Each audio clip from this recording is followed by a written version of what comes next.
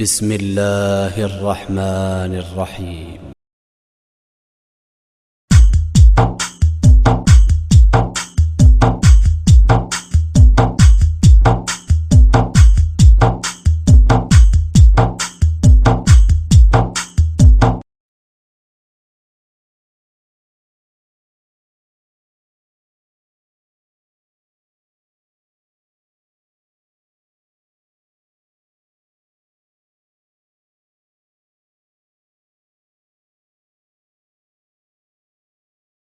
ഏത് കള്ളത്തരീഖത്തുകാരനാണെങ്കിലും അവനെ മൂലക്കിരുത്താൻ ഇൻഷാ അല്ലാഹ് ഞാൻ പ്രതിജ്ഞാബദ്ധനാണ്.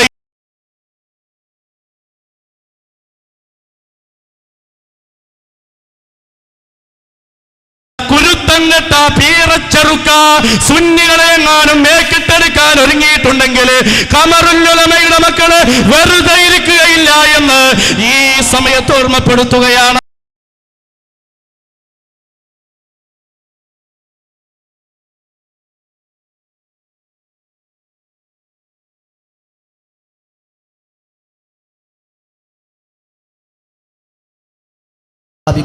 അല്ലാതെ കുറെ ശിഷ്യന്മാരുണ്ട് എന്ന് പറഞ്ഞതുകൊണ്ടും തരീഖത്ത് എന്താകുന്നില്ല, സത്യമാകുന്നില്ല.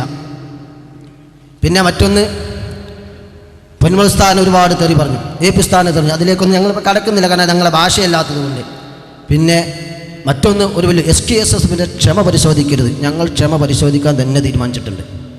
നിങ്ങൾക്ക് എത്രമാത്രം ക്ഷമ ഉണ്ട് എന്ന് ഞങ്ങൾ ഈ വിഷയത്തിൽ നിങ്ങൾക്ക് എത്ര ക്ഷമയുണ്ട് അത് ഞങ്ങൾ പരിശോധിക്കാൻ തീരുമാനിച്ചിട്ട് തന്നെയാണ് ഞങ്ങൾ ഇറങ്ങിയിട്ടുള്ളത്. പിന്നെ മറ്റൊന്ന് പറഞ്ഞത്, ഒരു കാര്യം ഈ നാട്ടിലെ സഹോദരന്മാരും സഹോദരിമാരും മനസ്സിലാക്കണം. ഇതൊരു ചക്കയാണ് മുറിക്കാൻ പോകുന്നത്. ചക്ക മുറിക്കുമ്പോൾ കുരുവിന് തട്ടും.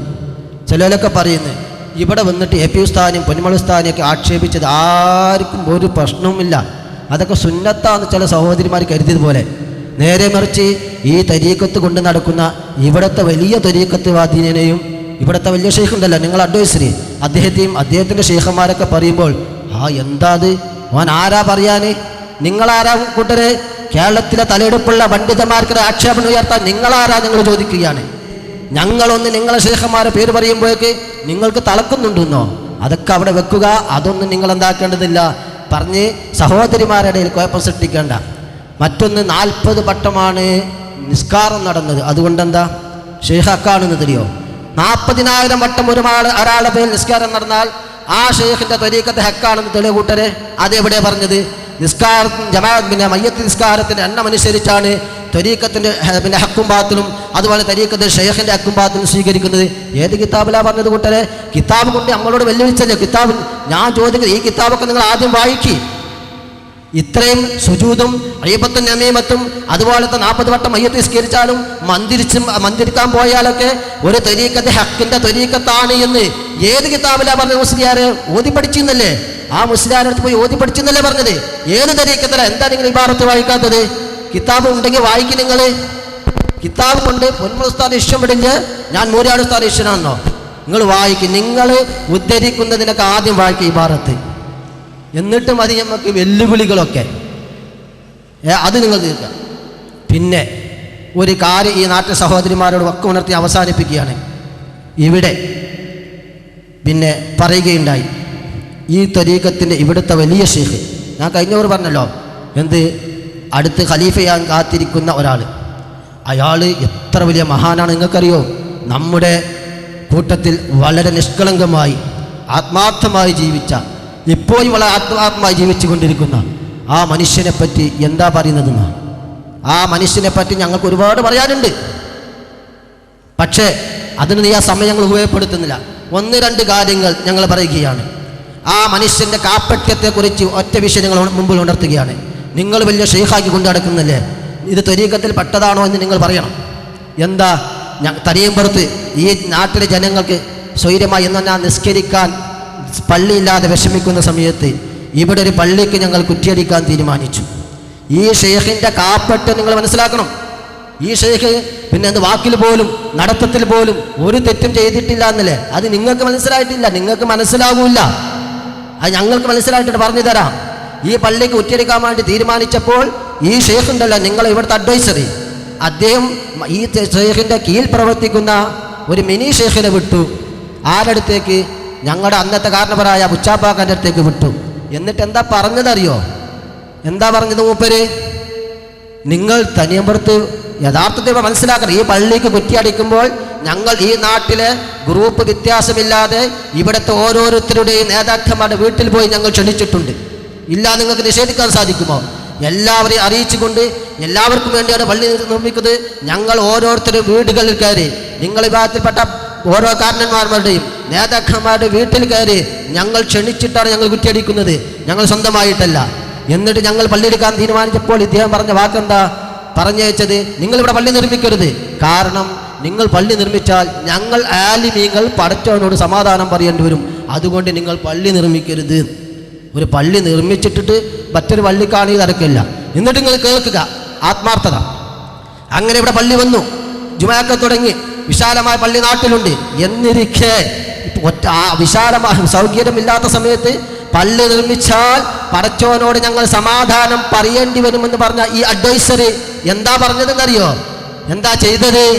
ഇവിടത്തെ ഒരു പള്ളി ഉണ്ടായിരിക്കെ മൂന്നാമത്തെ പള്ളിക്ക് പോയി നാട്ടിൽ കുറ്റിയടിച്ചു. ഓ അഡ്വൈസറി മുസ്ലിയാരെ, ഞങ്ങൾ ചോദിക്കുന്നു, എവിടെ പോയി നിങ്ങളുടെ പടച്ചോന്റെ പേടി?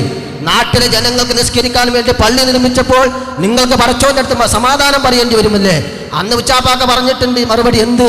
ഞങ്ങൾ പള്ളി നിർമ്മിച്ചാൽ നിങ്ങൾ സമാധാനം പറയണ്ട, അത് ഞങ്ങളായിക്കോളും, നിങ്ങൾ പടച്ചോന്റെ അടുത്ത് കൊടുങ്ങൂല.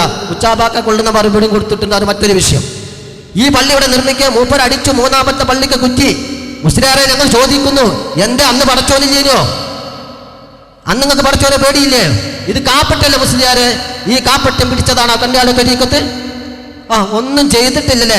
വാക്കിൽ പോലും മൂപ്പരത്തിന് ഒന്നും സംഭവിച്ചിട്ടില്ല, എന്നും സംഭവിച്ചിട്ടില്ല.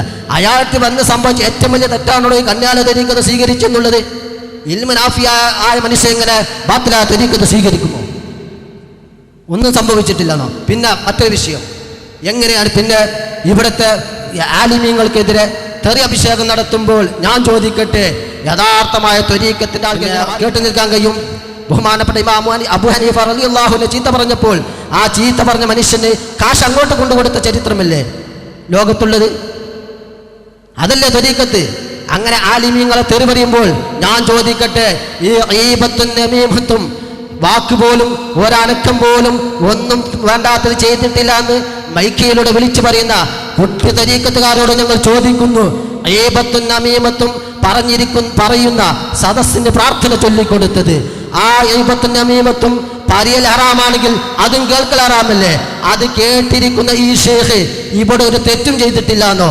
നിങ്ങൾ ആരോടാ മുസ്ലിംകാരെ വിഡിത്തം വിളിച്ചു പറയുന്നത്? ഇങ്ങനെ എത്ര വിഷയങ്ങൾ അങ്ങക്ക് പറയാനുണ്ട്. നിങ്ങൾ പറയാടുത്തതിന് മറുപടി ഇൻഷാ അല്ലാഹ് വാക്യം നമുക്ക് പറയാം. യാതൊക്കെ ഇപ്പോൾ കടക്കുന്നില്ല. അതുകൊണ്ട് ഈ നാട്ടിലെ സഹോദരിമാരോട് ഞങ്ങൾ പറയുന്നു, ഇങ്ങനെ ഒരുപാട് ഈ ഷെയ്ഖിന്റെ അടുത്തുള്ള ഒരുപാട് വീക്കുകളും എന്നാൽ ഹറാമിയത്തുകൾ തന്നെ ഇനിയും ഒരുപാട് ഞങ്ങൾക്ക് പറയാനുണ്ട്. ആ ഭാഗത്തേക്ക് ഞങ്ങൾ ഇപ്പോഴൊന്നും കടക്കുന്നില്ല. അതുകൊണ്ട് നിങ്ങൾ അദ്ദേഹത്തെ ചൂണ്ടിക്കാട്ടിക്കൊണ്ട് ഈ നാട്ടിൽ ആത്മീയത പഠിപ്പിക്കണ്ട.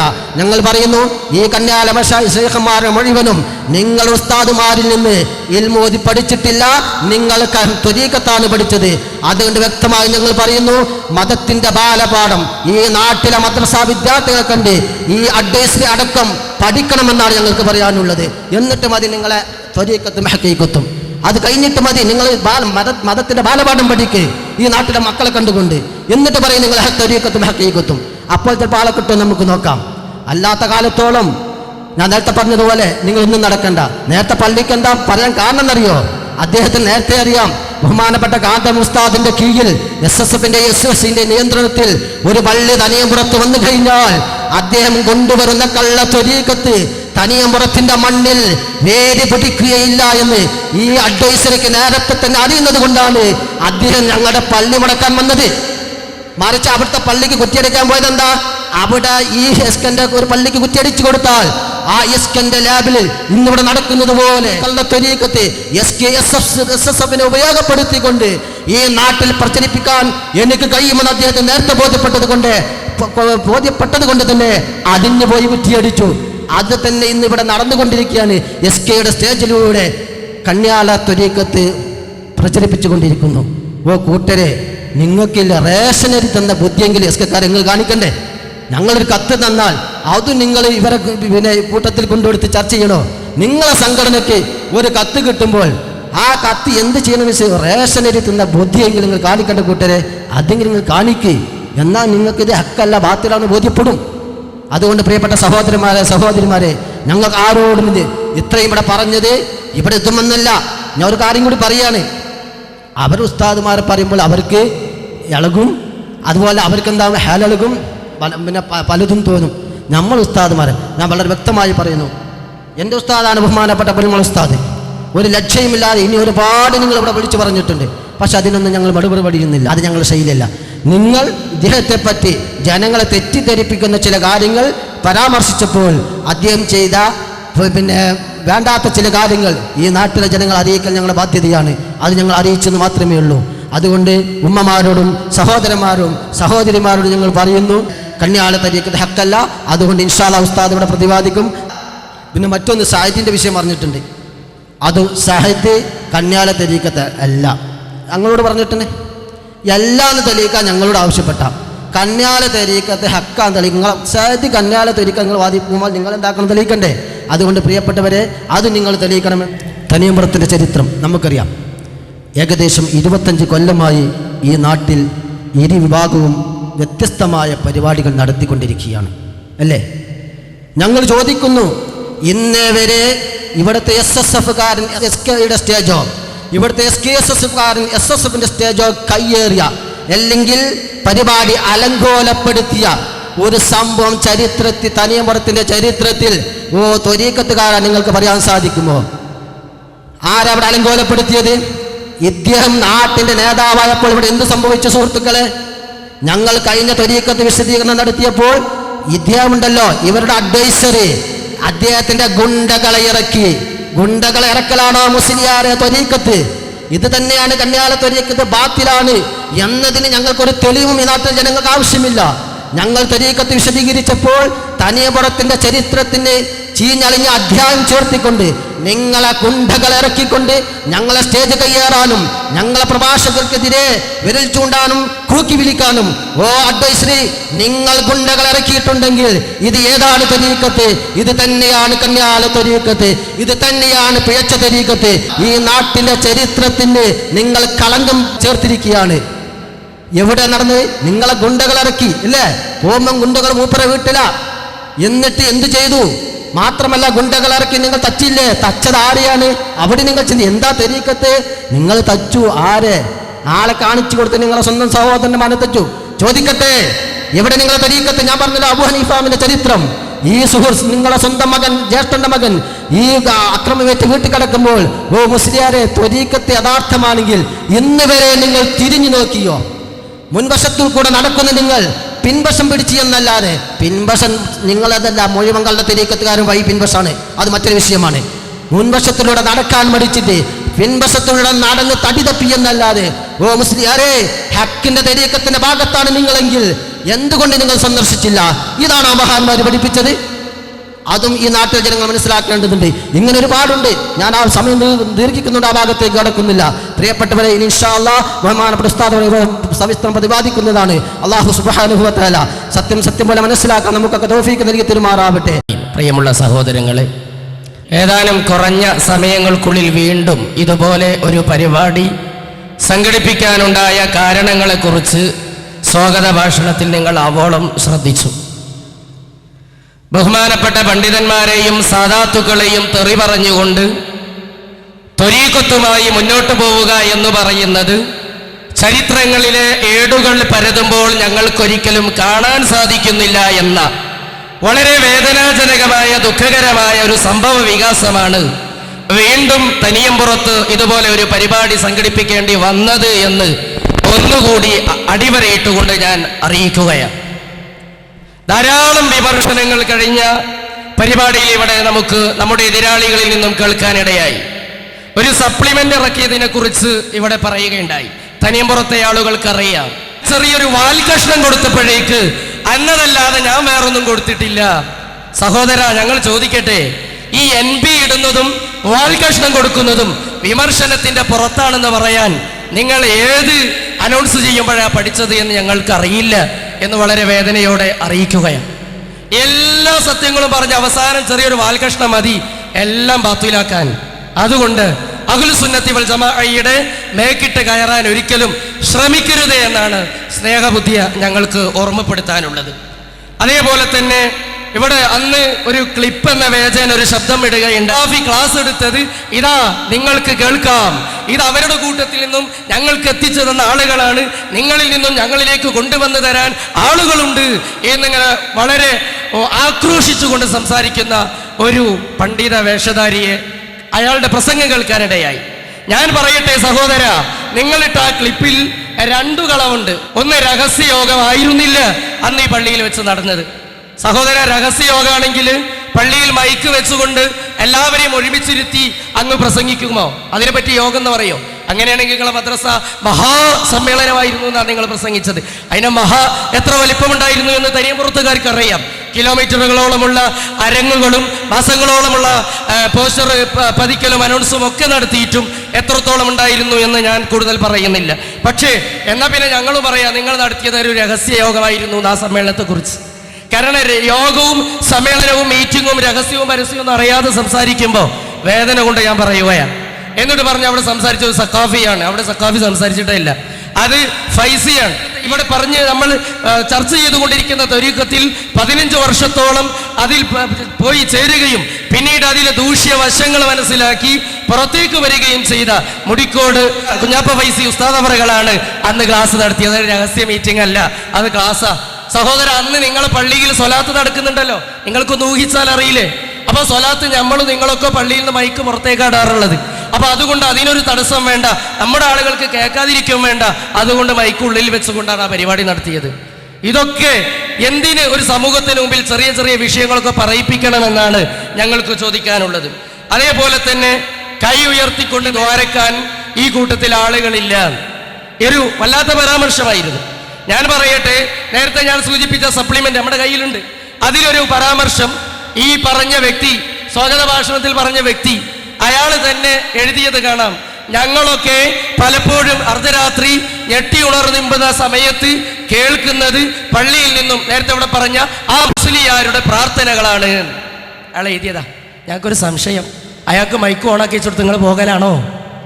അല്ല, അറിയായിട്ട് ചോദിക്കുകയാണ്. മലയാളം തിരുന്നവർക്ക് വായിച്ചാൽ അറിയാമല്ലോ. ഞങ്ങൾ പലപ്പോഴും ഉണരുമ്പോൾ കേൾക്കാറുള്ളത് പള്ളിയിൽ നിന്നും അദ്ദേഹത്തിന്റെ പ്രാർത്ഥനയാണ്. ഇങ്ങനെ തോർക്കുന്നല്ലോ ഞങ്ങളുടെ കൂട്ടത്തിൽ ഇല്ല ഏതായാലും എന്ന് വളരെ താഴ്മയോടെ ഞങ്ങൾ അറിയിക്കുക.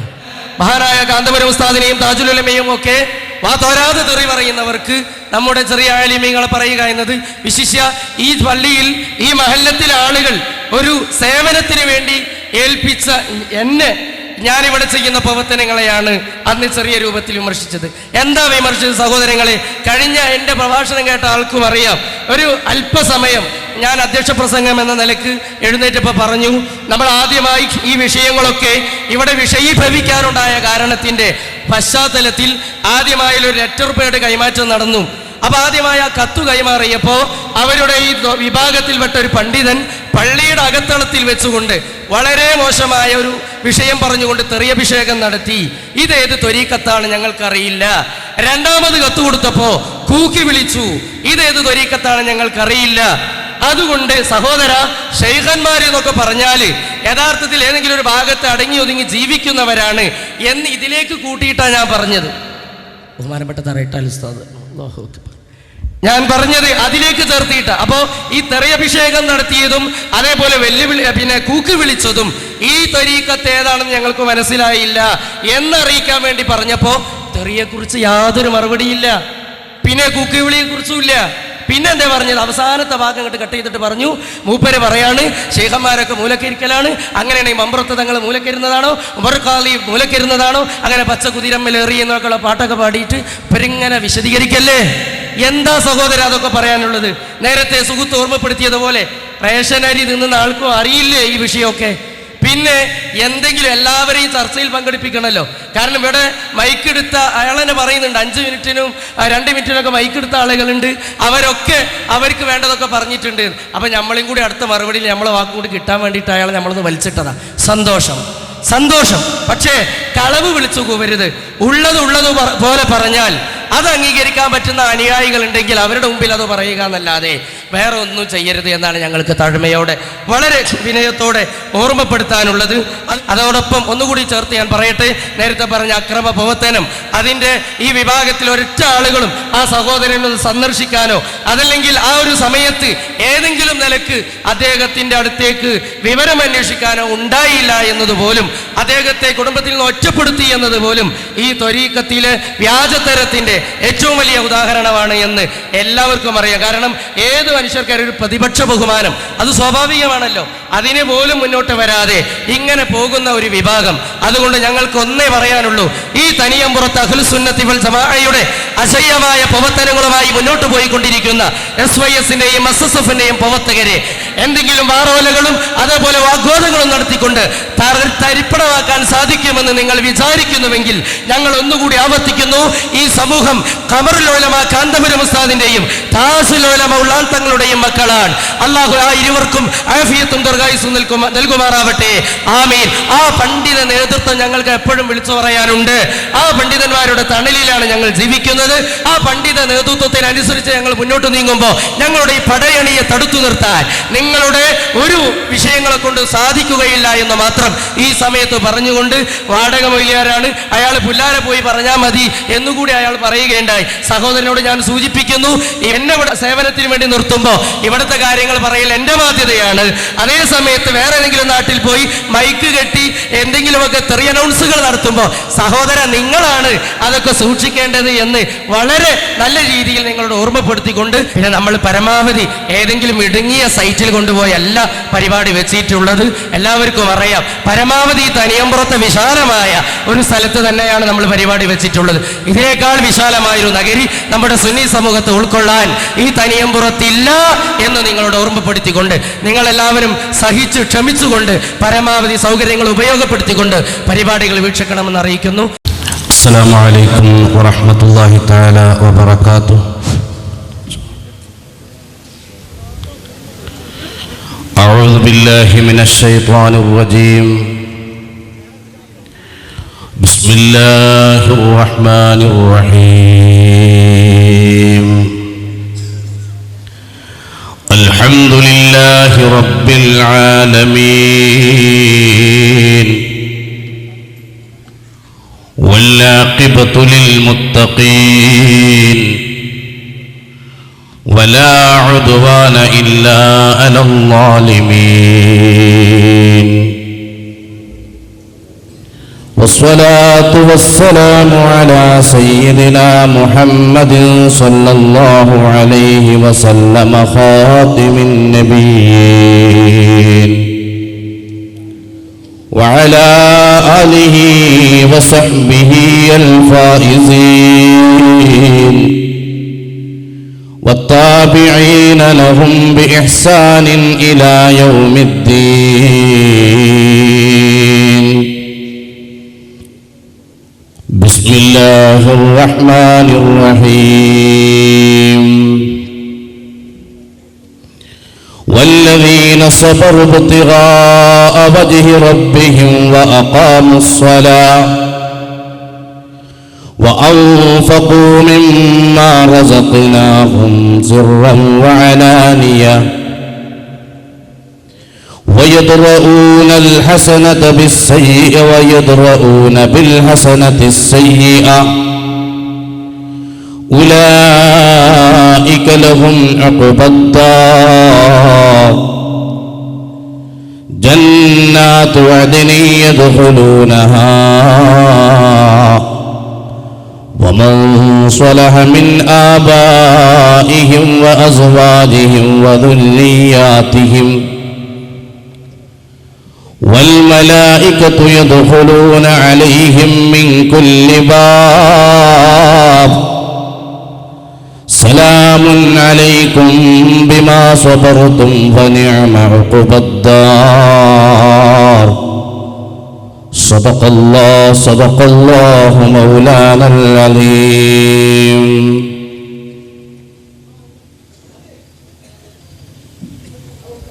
وقال النبي صلى الله عليه وسلم يا أبا ذر جدد السفينة فإن البحر عميق وكثر الزاد فإن السفر طويل وقلل الحمولة فإن العقبة كثير واخلص العمل فإن الناقد بصير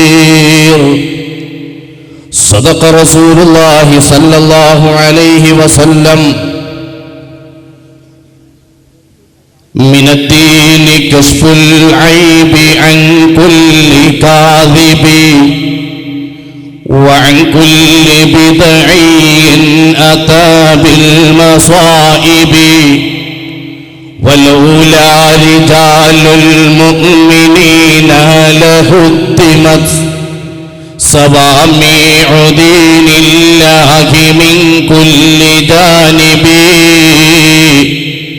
يا رب بالمصطفى بلغ مقاصدنا واغفر لنا ما مضى يا واسع الكرم مولاي صل وسلم دائما أبدا على حبيبك خير الخلق كلهم.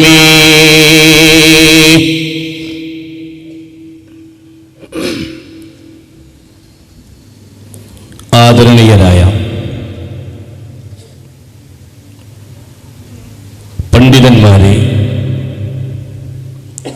ബഹുമാനപ്പെട്ട കാരണവന്മാരെ, ശ്രേഷ്ഠരായ ഉമറാക്കളെ,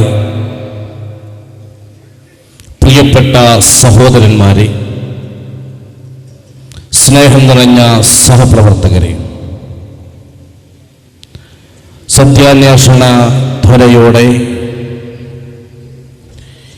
ഈ മഹൽ സംരംഭം വീക്ഷിക്കുന്ന ഇതര പ്രസ്ഥാന സുഹൃത്തുക്കൾക്ക്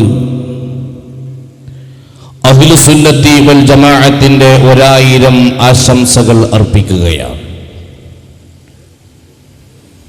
അല്ലാഹുവിന്റെ അപാരമായ അനുഗ്രഹം കൊണ്ട്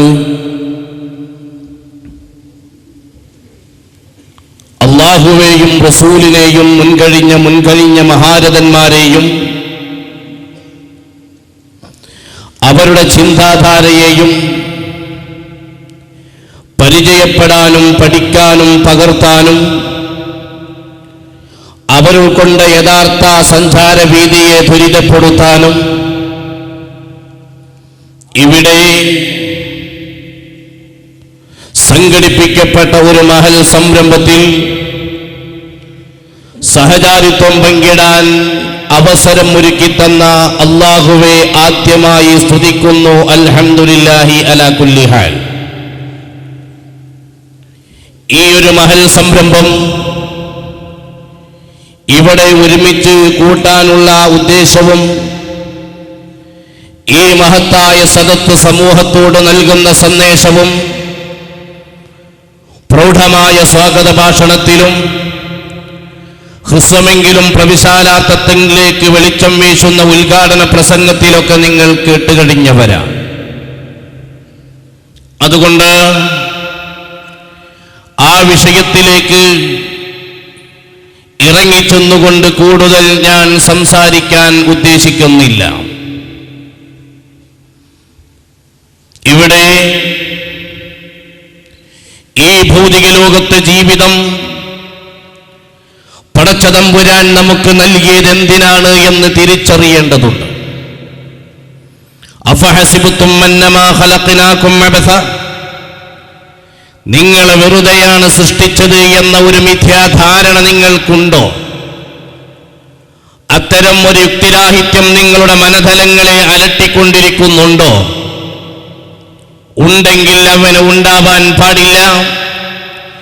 ഈ ഭൗതിക ലോകത്ത് ജീവിതം വ്യക്തമായ കൃത്യമായ ലക്ഷ്യവും ലക്ഷ്യസാക്ഷാത്കാരത്തിന് വേണ്ടി അവലംബിക്കേണ്ട അനിവാര്യ മാർഗങ്ങളിലൂടെയുള്ള സഞ്ചാരവും പൂർവസൂരികളായ മഹാരഥന്മാര് സഞ്ചരിച്ച പിന്തുടരപ്പെടേണ്ട മാതൃകാ വ്യക്തിത്വങ്ങൾ സഞ്ചരിച്ച വഴിത്താരയിലൂടെയുള്ള പ്രയാണയാത്രയും സുഗമമായ സൗകര്യപൂർവമുള്ള ദുരന്തമില്ലാത്ത ദുരിതമില്ലാത്ത പ്രശ്നമില്ലാത്ത പ്രയാസമില്ലാത്ത സുവലോക സ്വർഗത്തിൽ താമസിക്കാൻ വേണ്ടി ക്രിയാത്മകമായ ജീവിതത്തെ ക്രമീകരിക്കാൻ വേണ്ടിയുമാണ് അള്ളാഹു ഈ ഭൗതിക ലോകത്തെ ജീവിതം നമുക്ക് നൽകിയിട്ടുള്ളത്. ഇവിടെ സുഖവും ദുഃഖവും ഉണ്ട്, ഇവിടെ ഐശ്വര്യവും ദാരിദ്ര്യവും ഉണ്ട്, ഇവിടെ നന്മയും തിന്മയും ഉണ്ട്, ഇവിടെ സത്യവും അസത്യവും ഉണ്ട്. വൈവിധ്യങ്ങളായ വിഷയങ്ങളും വ്യത്യസ്തങ്ങളായ സംഭവങ്ങളും നമ്മുടെ ഈ ഭൂമി ലോകത്തുണ്ടെങ്കിൽ അള്ളാഹു നമുക്ക് നൽകിയ അനുഗ്രഹങ്ങളിൽ പടച്ച തമ്പുരാനോട് കൃതജ്ഞതാ മനോഭാവത്തോടു കൂടെ ശുക്ർ ചെയ്യുക എന്നത് ഇവിടെ പരീക്ഷണത്തിൽ വിജയിക്കാനുള്ള മാർഗമാണ്. മറിച്ച് ഈ ഭൗതിക ലോകത്ത് എന്തെങ്കിലും കഷ്ടപ്പാടുകളോ പ്രശ്നങ്ങളോ ദുരിതങ്ങളോ ദുരന്തങ്ങളോ പ്രയാസങ്ങളോ അതുപോലെയുള്ള വിഷയങ്ങളെ കൊണ്ട് അലട്ടുന്നുണ്ടെങ്കിൽ പടച്ച തമ്പുരാനോട് പ്രാർത്ഥിച്ചുകൊണ്ട് സഹിഷ്ണുത കൈവരിച്ച് ക്ഷമിക്കുക പരീക്ഷണത്തിൽ വിജയിക്കാനുള്ള മാർഗമാണ്. ഈ നിലക്ക് വ്യത്യസ്തങ്ങളായ വിഷയങ്ങളുള്ള ഭൗതിക ലോകത്തെ ജീവിതം നബിയുല്ലാഹി ആദം നബി അലൈഹിസ്സലാം മുതലുള്ള ലക്ഷക്കണക്കായ പ്രവാചകന്മാര് പ്രബോധനം ചെയ്ത മഹിതമായ ബോധനം ഹബീബായ മുഹമ്മദ് മുസ്തഫ റസൂലുള്ളാഹി സല്ലല്ലാഹു അലൈഹി വസല്ലമ തങ്ങൾ അവിടുന്ന് ലക്ഷക്കണക്കിന് അനുചരന്മാരായ സഹാബത്തെ കിറാമിനെ സാക്ഷി നിർത്തിക്കൊണ്ട് കൊണ്ടുവന്ന മഹിതമായ പ്രസ്ഥാനം, ആ പ്രസ്ഥാനത്തെ താബികളാകുന്ന മഹോന്നതന്മാരായ മഹാരഥന്മാര് കൊണ്ടുവന്ന് പിൻതലമുറക്കാർക്ക് എത്തിച്ചു കൊടുത്ത മഹത്തായ ആദർശം അത് ജീവിതത്തിൽ പുലർത്തുമ്പോഴാണ് വിജയം കൈവരിക്കാൻ കഴിയുന്നത്. ഈ ഭൗതിക ലോകത്തെ ജീവിതത്തെ സംബന്ധിച്ചിടത്തോളം ഒരു നദിയുടെ ഇരുകര പോലെയാണ്.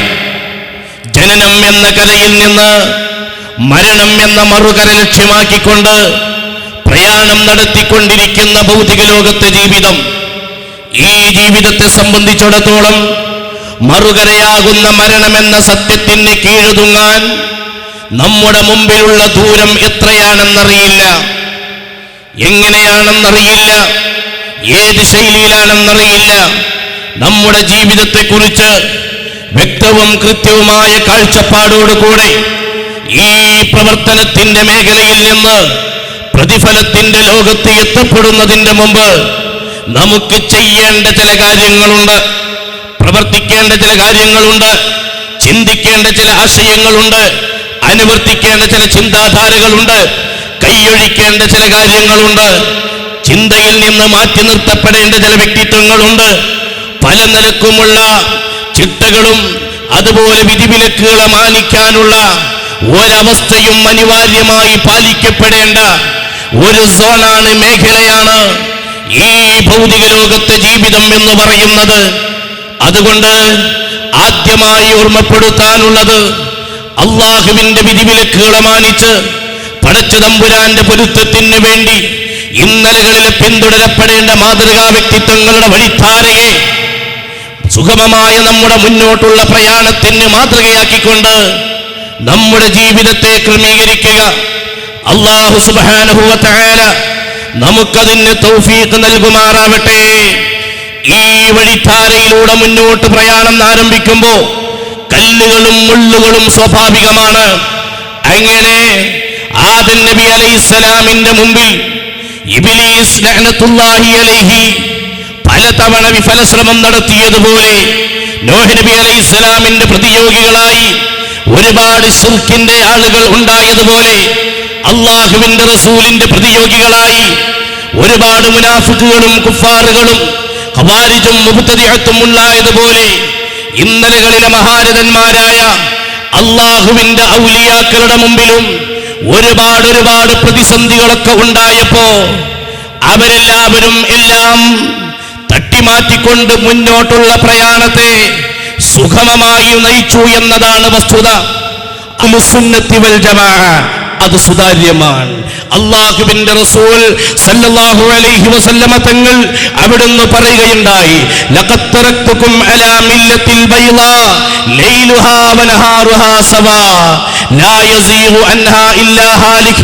ഹബീബായ മുഹമ്മദ് മുസ്തഫ റസൂലുള്ളാഹി സല്ലല്ലാഹു അലൈഹി വസല്ലമ തങ്ങൾ മഹിതമായ പ്രബോധനത്തെക്കുറിച്ച് അഹ്ലുസുന്നത്തി വൽ ജമാഅത്തിന്റെ ആശയങ്ങളെക്കുറിച്ച് അവിടുന്ന് പഠിപ്പിച്ചതെന്താണ്? അത് മില്ലത്തുൽ ബൈളാ, ലളിതമായ മാർഗമാണ്. അതിൽ വളച്ചുകെട്ടില്ല, അതിൽ കൂട്ടിച്ചേർക്കേണ്ടതില്ല, അതിൽ മാറ്റിത്തിരുത്തേണ്ടതില്ല. അല്ലാഹുവിന്റെ റസൂൽ 1400 കൊല്ലങ്ങൾക്ക് മുമ്പ് ഇവിടെ പഠിപ്പിച്ച ചിന്താധാരയേതോ, ഇവിടെ കാണിച്ചു തന്ന ആശയങ്ങളേതോ, ആ ആശയങ്ങളും ആദർശങ്ങളും ഇന്നും പ്രസക്തമാണ്, ഇന്നും നമ്മുടെ മുമ്പിലുള്ളതാണ്. ആ ആശയങ്ങളാണ് മഹാന്മാര് പഠിപ്പിച്ചു തന്നത്. അഹ്ലുസുന്നത്തി വൽ ജമാഅ, ആ അഹ്ലുസുന്നത്തി വൽ ജമാഅത്തിന്റെ ആശയം അതാണ് ഇസ്ലാം എന്ന് പറയുന്ന മഹിതമായ ആശയം. ആ ആശയത്തിൽ മരണം വരെ നിലനിൽക്കാൻ അല്ലാഹു നമുക്ക് തൗഫീഖ് നൽകുമാറാവട്ടെ. സൽസബീലൻ സർഫീഹി സയ്യിദു സാദാതി സൈർ സൽസബീലൻ തുസ്ഖഫിൽ ഹാലാതി കസൽസാലിസാൽ. അല്ലാഹുവിന്റെ റസൂൽ കൊണ്ടുവന്ന ആശയം, ആ ആദർശത്തിലൂടെ സഞ്ചരിക്കുക. വിശുദ്ധ റബീഉൽ അവ്വലല്ലേ, ഹബീബിന്റെ ജന്മം കൊണ്ട് അനുഗ്രഹീതമായ വിശുദ്ധ മാസമാണ്. അതുകൊണ്ട് പ്രിയപ്പെട്ടവരെ, സ്വലാത്ത് വർദ്ധിപ്പിക്കുക. ഹബീബ് മുഹമ്മദ് മുസ്തഫ. സ്വലാത്ത് വർദ്ധിപ്പിക്കൽ ഒരുപാട് നേട്ടമുള്ള കാര്യമാണ്. ആ നേട്ടത്തിൽ പെട്ടതാണ് തക്സീറുസ് സ്വലാത്തി യഖൂമു മഖാമ ശൈഖിൽ മുറബ്ബി. മുറബ്ബിയായ ഒരു ശൈഖിനെ കൊണ്ട് കിട്ടേണ്ട നേട്ടങ്ങൾ ഹബീബിനെ സ്നേഹിച്ചുകൊണ്ട് സ്വലാത്ത് വർദ്ധിപ്പിച്ചാൽ കിട്ടും എന്നത് പണ്ഡിതന്മാർ പറഞ്ഞതാണ്. ചില ആളുകൾ പറയുന്നത്, ഇവിടെ പ്രസംഗിച്ച ഒരു വിദ്വാൻ പറഞ്ഞത്, നേതാക്കന്മാരൊക്കെ അങ്ങനെ ശൈഖുണ്ട്, ഇങ്ങനെ മുരീദുണ്ട് എന്ന് പറയലല്ലാതെ അണികളോടൊക്കെ സ്വലാത്ത് ചൊല്ലി നടക്കാനാ പറഞ്ഞത്. കാരണം സ്വലാത്ത് നഗറിലേക്ക് ആള് കുറയുന്നുള്ളതാ കംപ്ലൈന്റ്. മാഷെ എവിടെയാണ് ജീവിക്കുന്നത്? സലാത്ത് നഗറിന് ആൻറ്റിയായിട്ടൊരു സലാമത്ത് നഗർ ഉണ്ടാക്കി, എല്ലാ മാസം സലാമത്താക്കിയിട്ട് അവിടെ പരിപാടി നടത്താൻ. ഒരു പരിപാടി നടന്നോടുകൂടെ മിൻഹാ ഖലഖനാകും വ ഫീഹാ നുഈദുകും വ മിൻഹാ നുഖ്രിജുകും താറത്തൻ നുഖറ. എന്നിട്ട് ഈ ആളുകളാണ് ഈ പൂളമരറ്റ് നടത്തുന്നത്. പൊന്നാരണ്ണിയല ഇങ്ങക്ക് നടക്കാം. മലപ്പുറക്കാരൻ കാക്ക പറഞ്ഞ പോലെ ഒരാണാണെങ്കിൽ 8 കാര്യം വേണമെന്ന് അറിഞ്ഞു. നാണോ മാനോ അന്തം കുന്തം ഉസുറും പുളി നിലയും വലി. ഈ സംഗതി ഇല്ലെങ്കിൽ യാതൊരു നിർവാഹമല്ല. അതുകൊണ്ട് ഓർമ്മപ്പെടുത്താനുള്ളത്, നല്ല കാര്യം ആൾക്കാർക്ക് പറഞ്ഞു കൊടുക്കുക.